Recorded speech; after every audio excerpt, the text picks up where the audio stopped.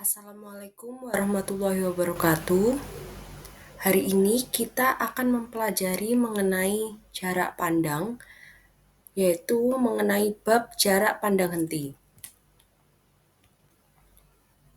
Oke, jarak pandang merupakan suatu jarak yang diperlukan oleh seorang pengemudi pada saat mengemudi dan ketika pengemudi tersebut melihat suatu halangan di depannya yang membahayakan, sehingga pengemudi dapat melakukan tindakan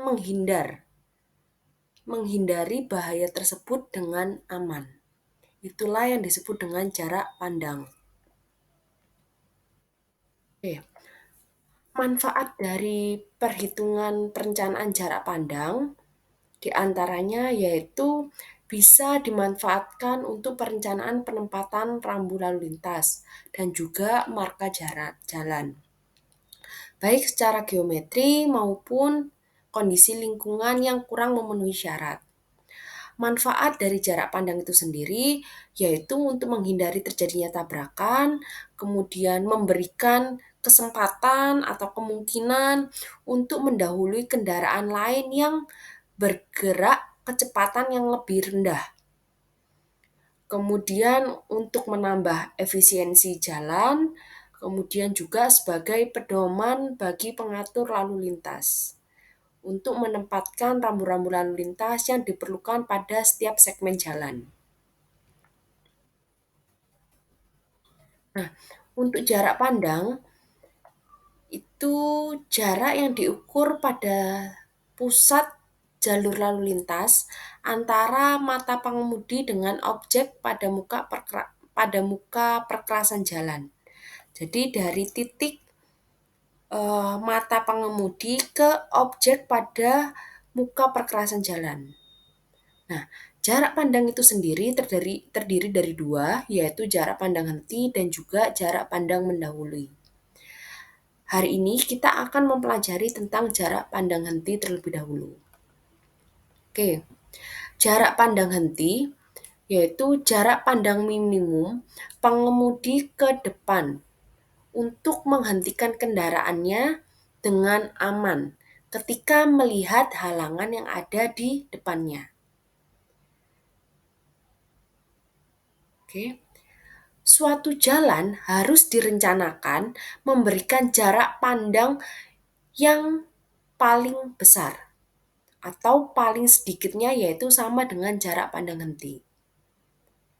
Nah, jarak pandang henti diukur berdasarkan asumsi tinggi mata pengemudi yaitu 105 cm dan tinggi halangan adalah 15 cm yang diukur dari permukaan jalan.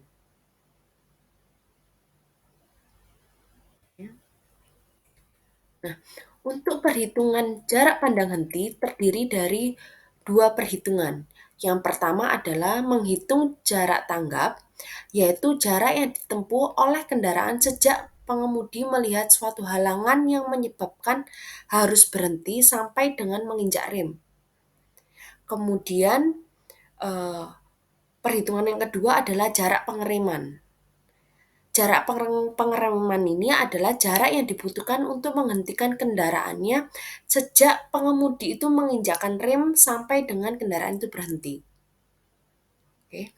Untuk jarak tanggap terdiri dari faktor kecepatan rencana dan juga waktu tanggap yang telah ditetapkan 2,5 detik. Kemudian untuk jarak pengereman itu terbagi menjadi dua, yaitu ketika jalan tersebut dalam kondisi datar atau dengan kelandaian. Nah, faktor-faktor yang mempengaruhi adalah jarak pengereman adalah kecepatan rencana, waktu tanggap, percepatan gravitasi, koefisien gesek, dan juga kelandaian memanjang. Jadi kalau misalnya jalan itu datar, maka kelandaiannya adalah 0. Jika kelandaian itu menanjak, tandanya positif. Kalau dia turunan, tandanya negatif. Oke. Nah, ini adalah rumus jarak pandang henti, yaitu jarak tanggap ditambah jarak pengereman. Oke. Ini untuk yang sebelah kiri adalah untuk kondisi datar dan sebelah kanan adalah jalan dengan kelandaian. Oke. Nah, rumus-rumus dari jarak pandang henti itu eh, berdasarkan dari waktu reaksi total, yaitu waktu ketika pengemudi melihat rintangan sampai dengan menginjak rem berdasarkan teori PIV, yaitu perception time, intellection time, emotion time, dan volition time. Nah, waktu PIV ini dipengaruhi oleh karakteristik fisik pengemudi, faktor psikologi, kondisi lingkungan, maksud perjalanan, dan kecepatan kendaraan. Waktu reaksi total dalam kondisi normal berdasarkan standar ASTO adalah 2,5 detik. Berdasarkan standar Inggris yaitu 2 detik. Oke. Nah, ini adalah penjelasan mengenai teori PIV. Nah, yang pertama ada perception atau tanggapan memahami. Ketika suatu rangsangan diterima oleh mata melalui indera mata atau indera lainnya, maka otak akan memerlukan waktu untuk menelaah. Nah, waktu ini yang disebut dengan waktu tanggap, perception time. Kemudian setelah setelah itu ada namanya intellection or identification time atau pengenalan. Proses pemikiran yang diterima otak. Nah, proses ini disebut dengan proses pengenalan. Nah, bagi pengemudi yang sudah berpengalaman, pasti proses ini akan lebih cepat. Kemudian ada emotion atau keputusan atau respon yang harus diambil oleh pengemudi. Misalnya dia melihat lampu merah, otak akan berpikir apakah dia harus menginjak rem atau menginjak gas. Nah, ini adalah waktu berpikir untuk membuat keputusan. Kemudian yang terakhir adalah volition atau kemauan atau reaksi. Reaksi yang ditimbulkan ketika otak memutuskan untuk menginjak rem, maka kaki akan menginjak pedal rem. Nah, waktu untuk merespon ini disebut dengan volition time. Oke. Nah, faktor-faktor yang mempengaruhi yaitu yang pertama pastinya karakteristik fisik pengemudi, faktor psikologis, kondisi lingkungan, maksud perjalanan, dan juga kecepatan kendaraan.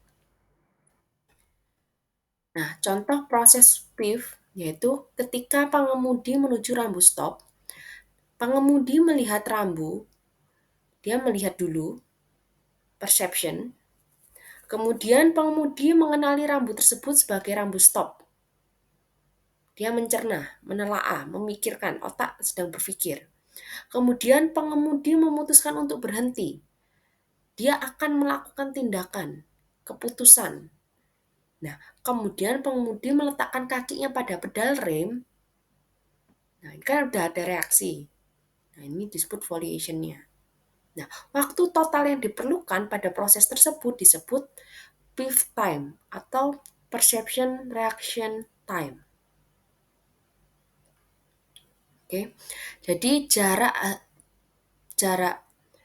pandang itu dipengaruhi oleh PIV. Lebih tepatnya ke jarak pandang henti ya. Oke. Nah, untuk jarak pandang henti, jarak yang dibutuhkan untuk proses PIV adalah 0,278 V dikalikan T. T ini adalah tadi waktu tanggapnya. Oke.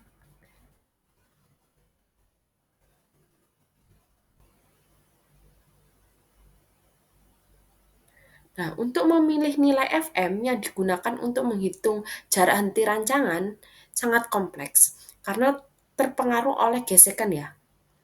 Gesekan itu dipengaruhi oleh kondisi jalannya itu sendiri, apakah dia kondisinya rata, kondisinya basah, atau kondisinya kering, kemudian juga kualitas dari ban kendaraan itu sendiri.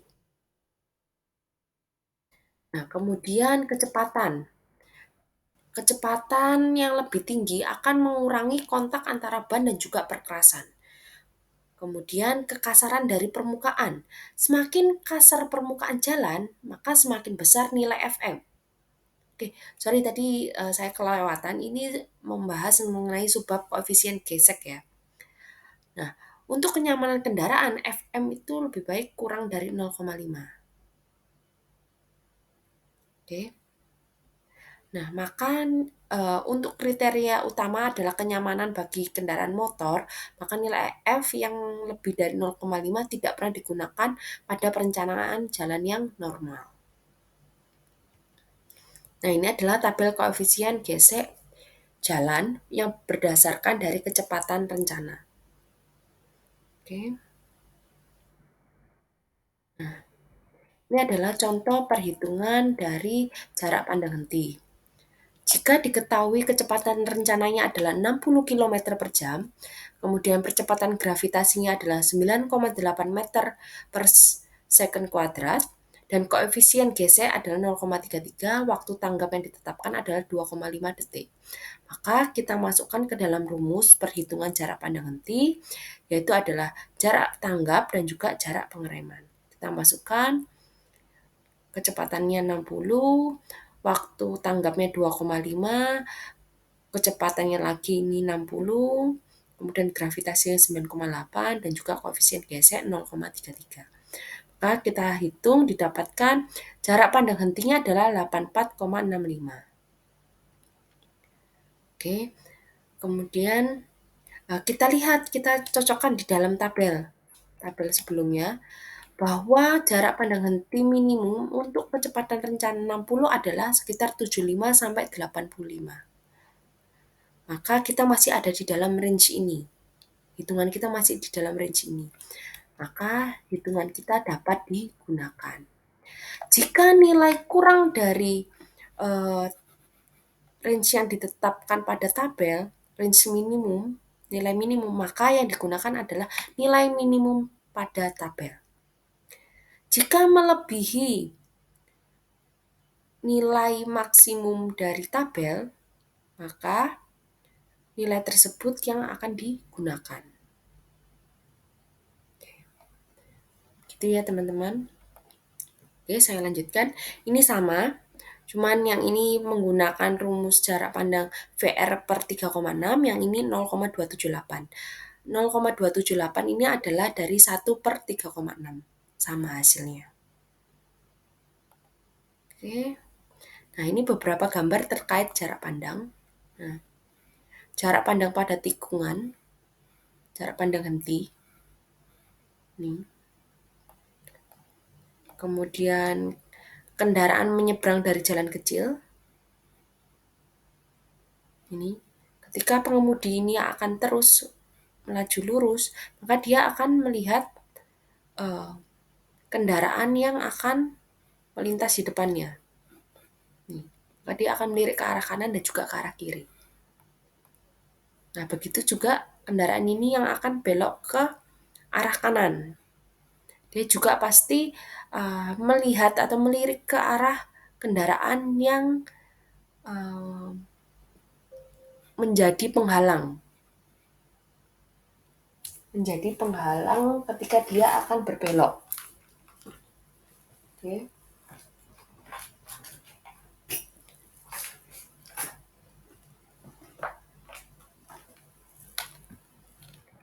Nah, ini untuk contoh lainnya juga, ini ketika belok ke kiri. Nah, ini di jalan tikungan. Oke. Ini contohnya seperti tadi gambar yang tadi. Oke. Sekian penjelasan saya mengenai jarak pandang, yaitu subbab tentang jarak pandang henti. Semoga penjelasan saya dapat membantu teman-teman semuanya lebih memahami tentang jarak pandang henti. Baik, sekian. Terima kasih atas partisipasi dan mendengarkan YouTube saya. Kurang lebihnya saya mohon maaf jika ada salah kata atau penjelasan saya mungkin bisa membantu teman-teman. Kurang lebihnya, saya mohon maaf jika ada kesalahan kata. Saya ucapkan terima kasih.